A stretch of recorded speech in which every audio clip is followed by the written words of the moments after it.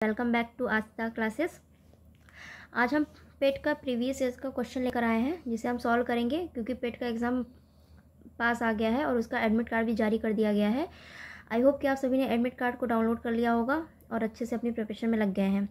तो आइए बिना लेट के स्टार्ट करते हैं प्रीवियस ईयर का क्वेश्चन जो कि हुआ था 24 अगस्त को। तो क्वेश्चन नंबर 1 है, भारत में शासन करने वाले दिए गए शासकों का क्रोनोलॉजिकल ऑर्डर हमको देखना है। तो इसमें पहला ऑप्शन है शेरशाह सूरी, अकबर, अलाउद्दीन खिलजी, इल्तुतमिश। तो इल्तुतमिश जो है ये गुलाब वंश का था और ये आया था 1211 में। उसके बाद आए थे अलाउद्दीन खिलजी जो कि आए थे 1296 में। उसके बाद शेरशाह सूरी 1540 ईस्वी में दिल्ली की सल्तनत पर कब्जा किया था और अकबर जो थे 1556 में इन्हें राजगद्दी मिली थी। तो इसी क्रम को देखते हुए हम आंसर टिक करेंगे। आंसर हो जाएगा जो इल्तुतमिश है वो हमारा पहला हो जाएगा। तो ये दोनों ऑप्शन हुआ। फिर थर्ड है अलाउद्दीन खिलजी, फिर फर्स्ट शेरशाह सूरी। इस तरह से जो करेक्ट ऑप्शन है वो है ऑप्शन बी, लिख लीजिएगा आप। फिर नेक्स्ट क्वेश्चन नंबर 2, निम्न में से कौन से संत शिवाजी के समकालीन थे? तो इसका आंसर है तुकाराम। तुकाराम शिवाजी के समकालीन थे। क्वेश्चन नंबर 3, बंगाल के प्रथम गवर्नर जनरल कौन थे? तो बंगाल के प्रथम governor general lord Warren Hasting थे जो कि थे 1774 में बने थे। क्वेश्चन नंबर 4, चरक संहिता संबंधित है। तो चरक संहिता फ्रेंड्स चिकित्सा क्षेत्र से रिलेटेड है। नाउ क्वेश्चन नंबर 5 हम देखते हैं, निम्न में से कौन सा जोड़ा सही नहीं है? तो क्वेश्चन आप ध्यान से पढ़िएगा, इसमें बोला है जोड़ा सही नहीं है, मतलब कि हमें इनकरेक्ट ऑर्डर को देखना है, पेयर को। तो इसका पहला है BC 261 कलिंग युद्ध, AD 78 शक की शुरुआत, AD 622 मुस्लिम युग की शुरुआत और AD 1709 औरंगजेब की मृत्यु। तो इसमें जो भी पेयर सही नहीं है वो है ऑप्शन डी। औरंगजेब की मृत्यु जो हुई थी वो 1707 में हुई थी। ये तीनों करेक्ट है, तो इसका करेक्ट आंसर हो जाएगा option D. Now question number 6, इनमें से किसी भारत की ग्रैंड ओल्ड मैन के नाम से जाना जाता है?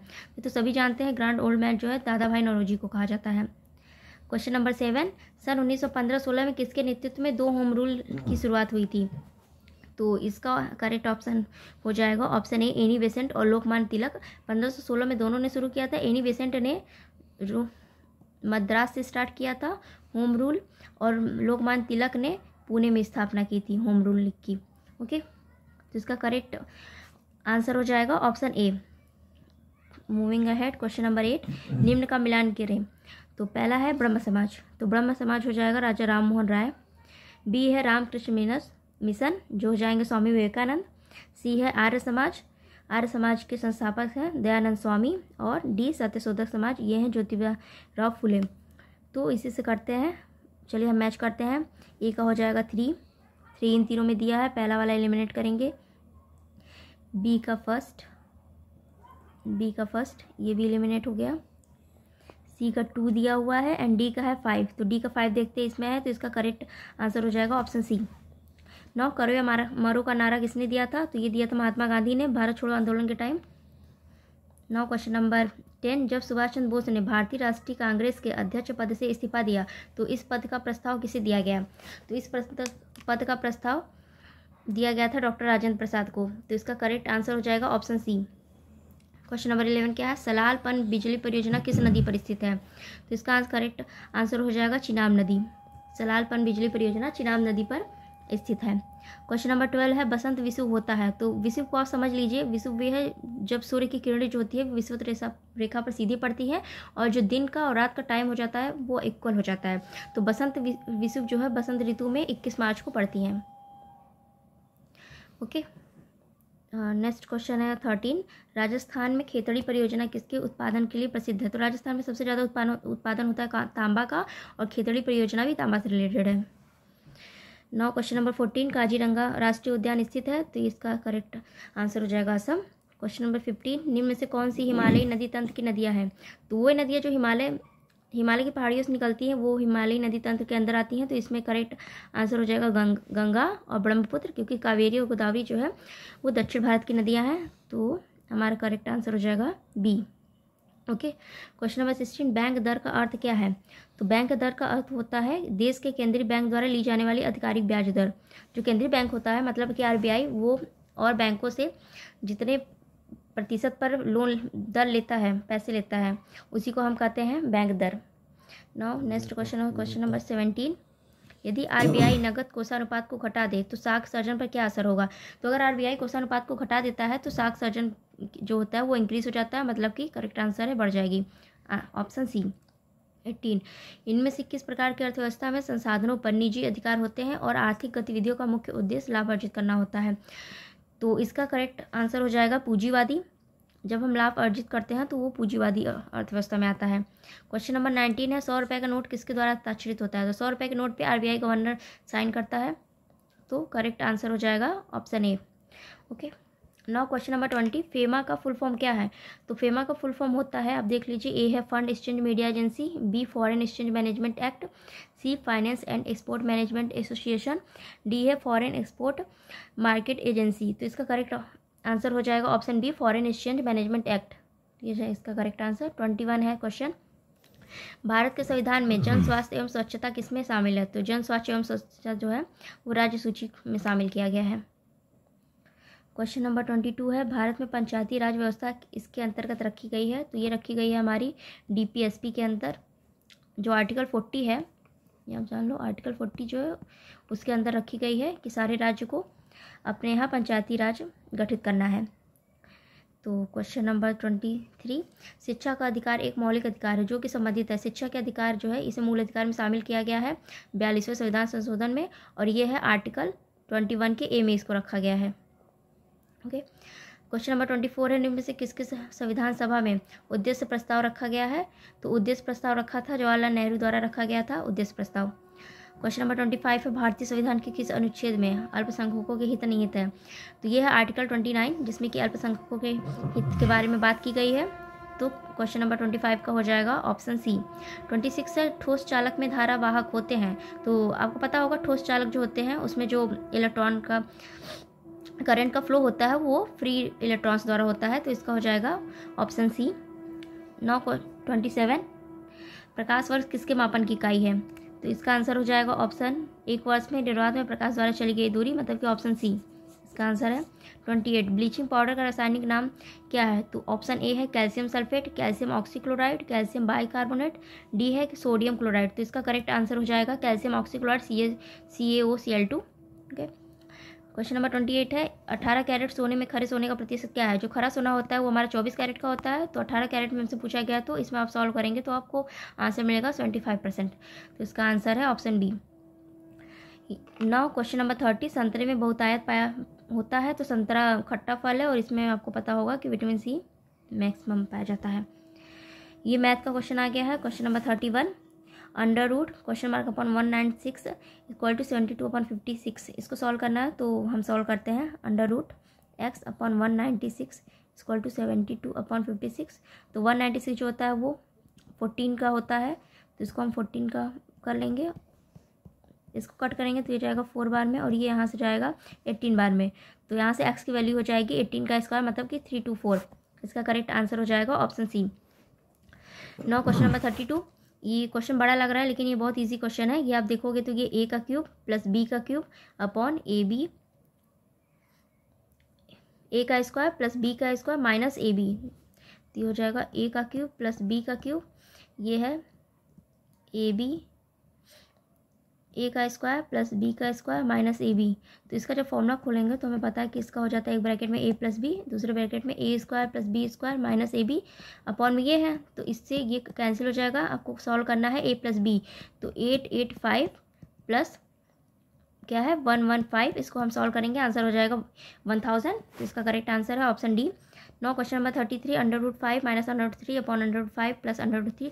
इसको सॉल्व करेंगे तो ऊपर नीचे इसी के अपोजिट से, हर वाले के अपोजिट से ऊपर नीचे हम मल्टीप्लाई कर देते हैं।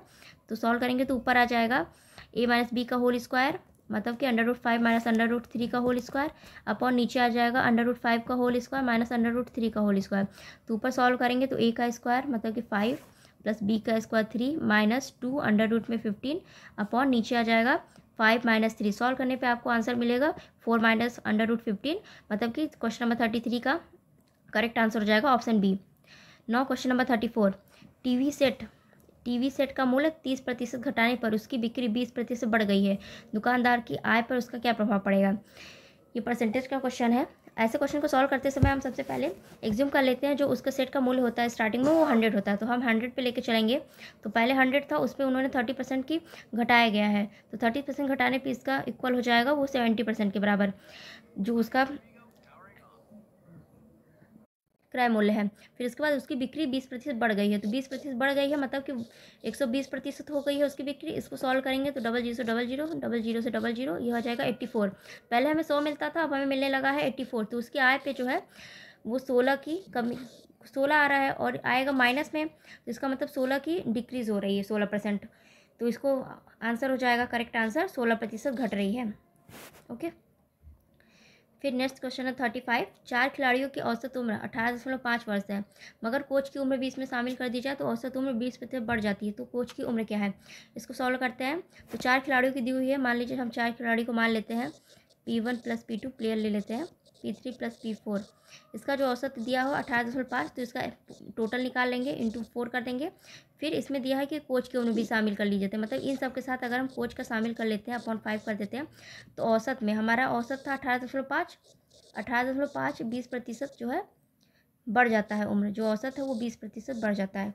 ठीक है, तो इसको सॉल्व कर लेंगे, मैं यहाँ सॉल्व कर देती हूँ, आपको आसानी होगा। 1 मिनट, आप खुद से सॉल्व कर लीजिएगा, बहुत इजी क्वेश्चन है। P3 + P4 प्लस कोच का यहाँ मैं लिख देती हूँ, और यहाँ पे 5 है, अपॉन यहाँ पे 18.5 का 20% अगर हम निकालते हैं तो हमें मिलेगा 74। ओके, फिर हम यहाँ से 5 का इसमें मल्टीप्लाई कर लेंगे, 5 को मल्टीप्लाई करने पे हमको मिल जाएगा, 1 मिनट,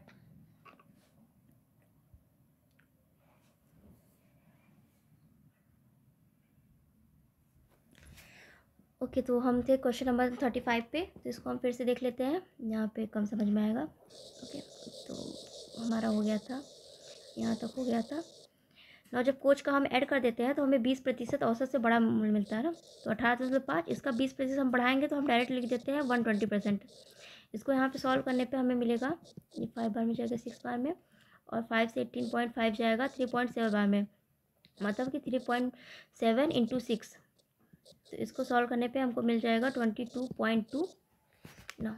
अब देखते हैं, यहाँ पे हम देखते हैं, तो यहाँ पे हमारे पास क्या हो गया था, P1 + P2 + P3 + P4 + coach upon 5 equal to हमारा आया 22.2 आया। तो यहाँ से 5 यहाँ ले जाएंगे, तो P1 + P2 + P3 + P4 + K, यहाँ पे इन पाँचों का टोटल जो उम्र है औसत पूरा उम्र आ गया है 111। तो इन चारों का हमें ऊपर वाले से पता था, यहाँ से हमारा आ गया था 74, इसकी वैल्यू आ गई थी 74, तो K की वैल्यू हो जाएगी 111 - 74 = 37।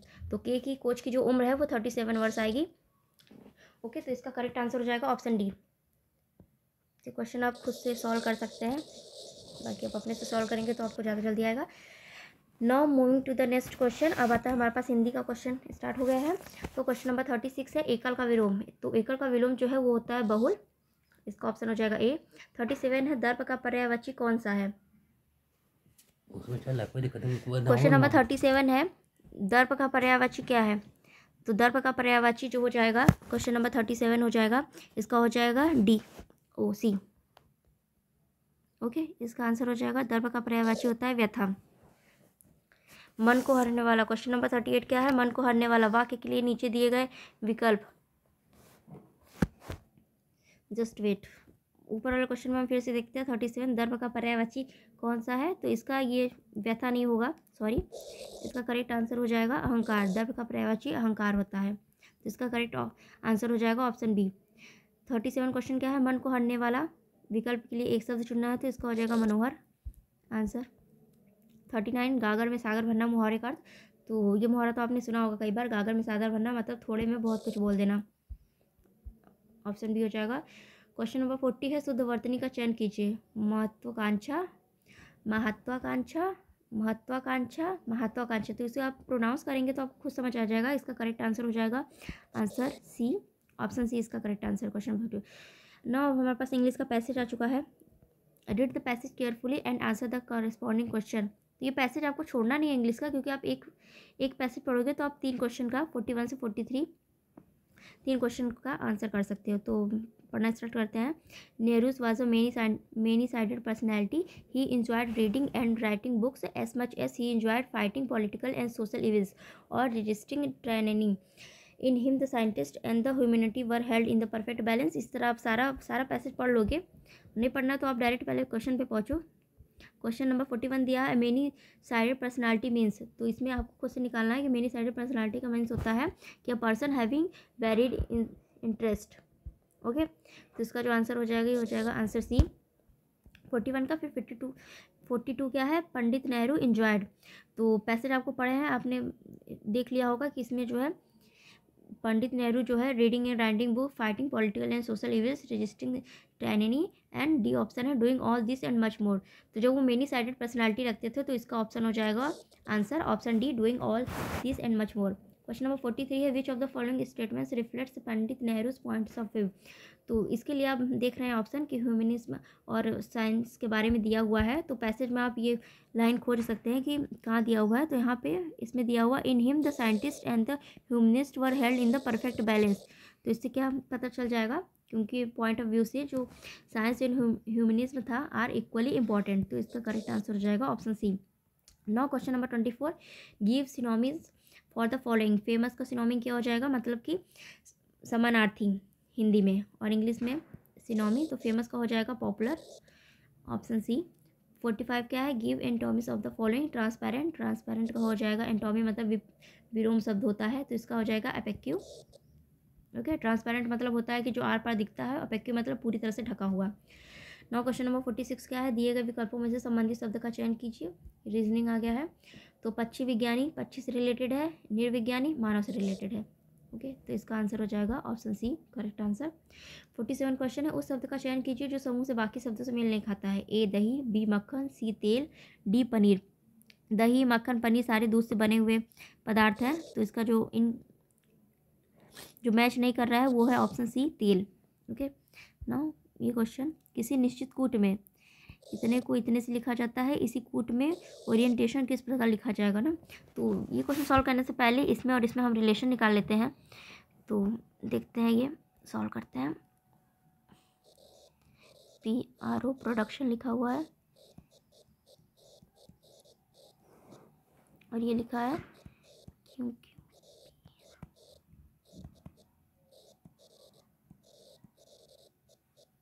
तो अगर इसमें देखते हैं तो P+1 क्यों आया है, फिर R क्यों -1 आया है, फिर O से P+1 किया गया है, D से C -1 किया है, U से भी +1 किया है। आप आगे भी सीरीज में देख सकते हैं क्योंकि कभी कभी चेंज कर देता है पैटर्न को। तो C के बाद E आया है, मतलब कि CDE +2 हुआ है। T के बाद U आया है, U नहीं है, ये U ही है। ओके, U है, तो यहाँ पे +1 हुआ है। फिर I के बाद J आया हुआ है। इस तरह से आप सारा देख लेंगे। फिर हम देखते हैं क्वेश्चन पे ओरिएंटेशन को किस प्रकार लिखा जाता है। तो O पे पहले +1 करेंगे, तो यहाँ पे आ जाएगा O पे P, O पे P हो जाएगा। फिर R को -1 करेंगे, तो R के -1 में आ जाएगा Q। मैं यहाँ लिख देती हूँ, P आ गया, Q आ गया, मतलब हमारे ये दोनों तो एलिमिनेट हो जाते हैं। फिर आ गया I पर हमें लिखा है +1, तो J हो जाएगा। तो आप देख रहे हैं यहाँ तक तो हमें सेम मिल रहा है, सिर्फ हमारा चेंज है यहाँ पर। ओके, तो यहाँ तक तो हमारा सेम है। O तक V जो है V के नीचे T के नीचे आ रहा है, तो T हमारा 1 2 3 4 5 6 नंबर पे है। 1 2 3 4 5 6 पे हमारा जो हुआ है चेंज वो +2 से चेंज हुआ है। तो T में हम +2 करेंगे, तो TUV हमारा आंसर आएगा B। तो इससे हम निकाल सकते हैं। तो इसका करेक्ट आंसर हो जाएगा ऑप्शन ए। बाकी आप खुद से कर लीजिएगा, आप सॉल्व कर लेंगे, बहुत इजी है। क्वेश्चन नंबर 49 है, ब्लड रिलेशन का क्वेश्चन है। सीता की ओर इशारा करते हुए निखिल ने कहा, मैं उनकी माँ के पुत्र का इकलौता पुत्र हूँ। रीता निखिल से किस प्रकार संबंधित है। तो इसे आप अगर अच्छा डायग्राम बना लेंगे तो ये क्वेश्चन आपके लिए आसान हो जाएगा। रीता की ओर इशारा करते हुए निखिल ने रीता से कहा कि मैं उसकी माँ का, ये उनकी माँ हो गई, हम फीमेल को X से दिखाएंगे और मेल को Y से दिखाएंगे। ये उनकी माँ हो गई, उनकी माँ के पुत्र का, उनकी माँ के पुत्र मतलब कि ये हो गया का इकलौता पुत्र हूँ। तो ये जो इकलौता पुत्र है Y, ये है निखिल। तो निखिल रीता ये इसकी बहन हुई, तो ये इसमें हो जाएगा बुआ और भतीजे का रिलेशन। तो किस प्रकार संबंधित है, तो करेक्ट आंसर हो जाएगा ऑप्शन ए बुआ। क्वेश्चन नंबर 50, यदि किसी वर्ष में 25 अगस्त को गुरुवार है तो उसी महीने में सोमवार की संख्या क्या है। तो 25 अगस्त को गुरुवार पड़ रहा है, अगर हम इसको देख लेते हैं तो थर्सडे को 25 पड़ रहा है, इसके पहले आया होगा Wednesday, then Tuesday, Monday, Sunday. हमको मंडे का निकालना है, तो ये हो जाएगा 24, 23, 22, 21 को हमारा पड़ा था संडे, तो मतलब कि जो फर्स्ट तारीख है वो भी संडे को आया होगा। तो एक संडे को आया, फिर 7 आया, फिर 14 आया, फिर 21 आया, फिर 28 आया। तो मंडे इसके बाद आए होंगे 2 को, 8 को, 15 को, 22 को और 29 को। मतलब कि उस महीने में पूरे हमें मंडे मिल गए हैं 1 2 3 4 5 मंडे मिल गए हैं। तो इसका करेक्ट आंसर हो जाएगा ऑप्शन सी। ओके, आज के लिए इतना ही क्वेश्चन नंबर 50। आगे से 51 से हम नेक्स्ट वीडियो में करेंगे। पूरे क्वेश्चन टोटल आते हैं 100, तो नेक्स्ट 50 क्वेश्चन हम अगले वीडियो में करेंगे। Okay, keep learning, bye.